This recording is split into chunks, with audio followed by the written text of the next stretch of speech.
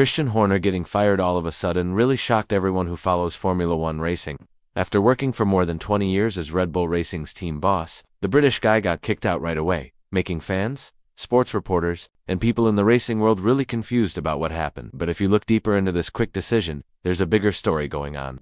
One that has to do with people who own the company fighting for power, office drama, and the strong effect of the Verstappen family. The group that had always supported Christian for years ended up pulling the trigger, giving control to the Austrian owners who apparently thought it was time to make a change that should have happened a long time ago. But the big question is still there. How did the Verstappen family and team member Helmut Marko help make this power fight happen? And can Christian still show that firing him was a bad mistake? The shock from Red Bull's choice to fire Christian right away will take some time for everyone to really understand. Getting fired is one thing. It happens in sports and business all the time. But getting kicked out without even finishing the racing season almost never happens at this high level. The fact that the team didn't want Christian around for even one race in 2025 shows that whatever happened was way more serious than just a simple change in how they run things. The secret to understanding this is in the changing power fights. Inside Red Bull's ownership setup, there are two main groups, the Thai side and the Austrian side. Chalarm Uvedia, who owned 2% of Red Bull shares and worked for the Thai interests, was Christian's biggest supporter.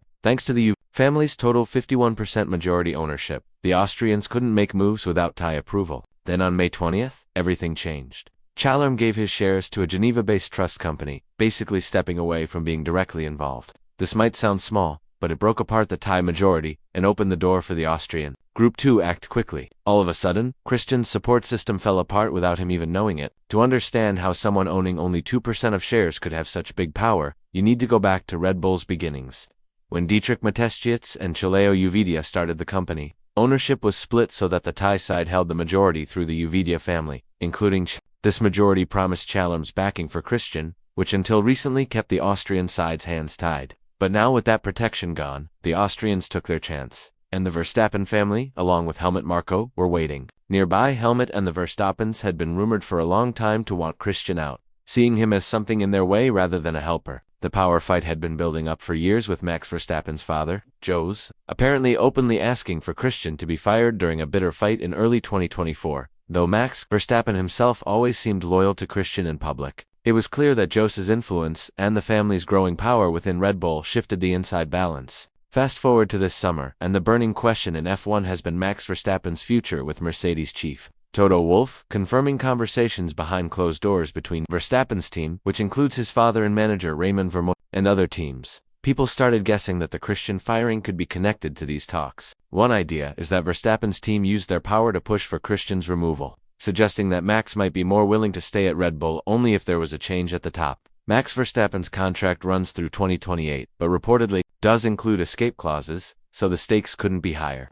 Bernie Ecclestone, one of F1's most powerful voices and a close friend of Christian, didn't hold back when asked about the firing. Speaking to the media, Bernie questioned the tone of Red Bull's official statement, which said immediate termination, a phrase he found extremely harsh. Ecclestone revealed he had spoken with Christian just days before, and that Christian seemed unaware of what was coming. It's like he murdered somebody, Bernie said, expressing disbelief that a man with such a long and successful career at Red Bull would be shown the door so quickly. To Bernie, the suddenness suggested something far more serious than a drop in performance. He also criticized the way Christian was dismissed, saying that if someone is going to be fired, it's normal to have a conversation first and announce a mutual parting of ways. The fact that Red Bull skipped this courtesy implied that Christian must have done something drastic. This reasoning aligns with what insiders believe. The exit wasn't simply about results. Red Bull's performance had been strong for years, delivering 6 Constructors' Championships and 8 Drivers' titles during his time there. But recent troubles and controversies cast a shadow over his legacy. Just days before Christian's exit, the British Grand Prix underscored Red Bull's struggles. Max Verstappen recovered from a mid-race spin to finish 5th, while teammate Yuki Tsunoda had a disastrous day, finishing last. The team currently sits 4th in the Constructors' Championship, trailing leaders McLaren by 288 points, a far cry from their dominant heyday. Laurent Mekies, recently promoted from leading the junior Red Bull racing team, now takes over as team principal, tasked with steering Red Bull back to the front. The scandal that rocked Christian's reputation erupted around 18 months ago with allegations of inappropriate behavior by a female colleague. Although Christian was twice cleared of sexual harassment claims after internal investigations, the incident unleashed a media storm fueled by leaked WhatsApp messages that embarrassed the team and damaged Christian's standing. Bernie was blunt about this episode, calling Christian an idiot for acting like a 20-year-old despite being in his 50s. He criticized the way Christian handled the situation and suggested that Red Bull's top brass were uncomfortable with the amount of power Christian wielded within the company. Bernie said there were people who believed Christian was running the team like it was the Christian Horner show, acting with impunity because of his past successes. But when results faltered and controversies erupted, those same people began questioning if somebody else could do a better job. The aftermath of Dietrich Matesitz's death in 2022 made internal power struggles worse, with Christian losing the full backing of the company. Oliver Mintzlaff, Red Bull's head of sport, became a more prominent figure, and Mark Matesitz's son did not control things the same way as his father. Key departures from the team further weakened Christian's influence. Adrian Newey, of course, the legendary designer who'd been with Red Bull almost from the start, left in May 2024 after a reportedly strained relationship with Christian, influenced in part by the scandal. Rob Marshall, the chief designer, departed in 2023 for McLaren, and sporting director Jonathan Wheatley recently left to become team principal at Sauber, soon to become Audi, losing 3 pivotal figures in quick succession amid dropping results. Painted a pretty grim picture. Sky Sports' Ted Kravitz summed it up clearly. The Austrian side of Red Bull, backed by Jos Verstappen, won the internal power struggle and convinced Christian's backers that his continuation was untenable. The full story of what really led to his firing will, I'm sure, unfold over time, but the shift in power was clear. Another looming challenge for Red Bull is the 2026 engine regulations, a seismic change for Formula One. Red Bull's newly formed Red Bull Powertrains division is building its first in-house power unit, but rumors swirl that Mercedes may be leading the pack in development. If Red Bull's engine project is struggling, it could have contributed to the owner's doubts about Christian's leadership during this crucial transition. Despite the chaos, though, Christian's achievements at Red Bull can't be overlooked. His era brought unparalleled success, transforming the team into a global powerhouse. Now, as he steps away, the sport watches closely to see if Christian can rebound.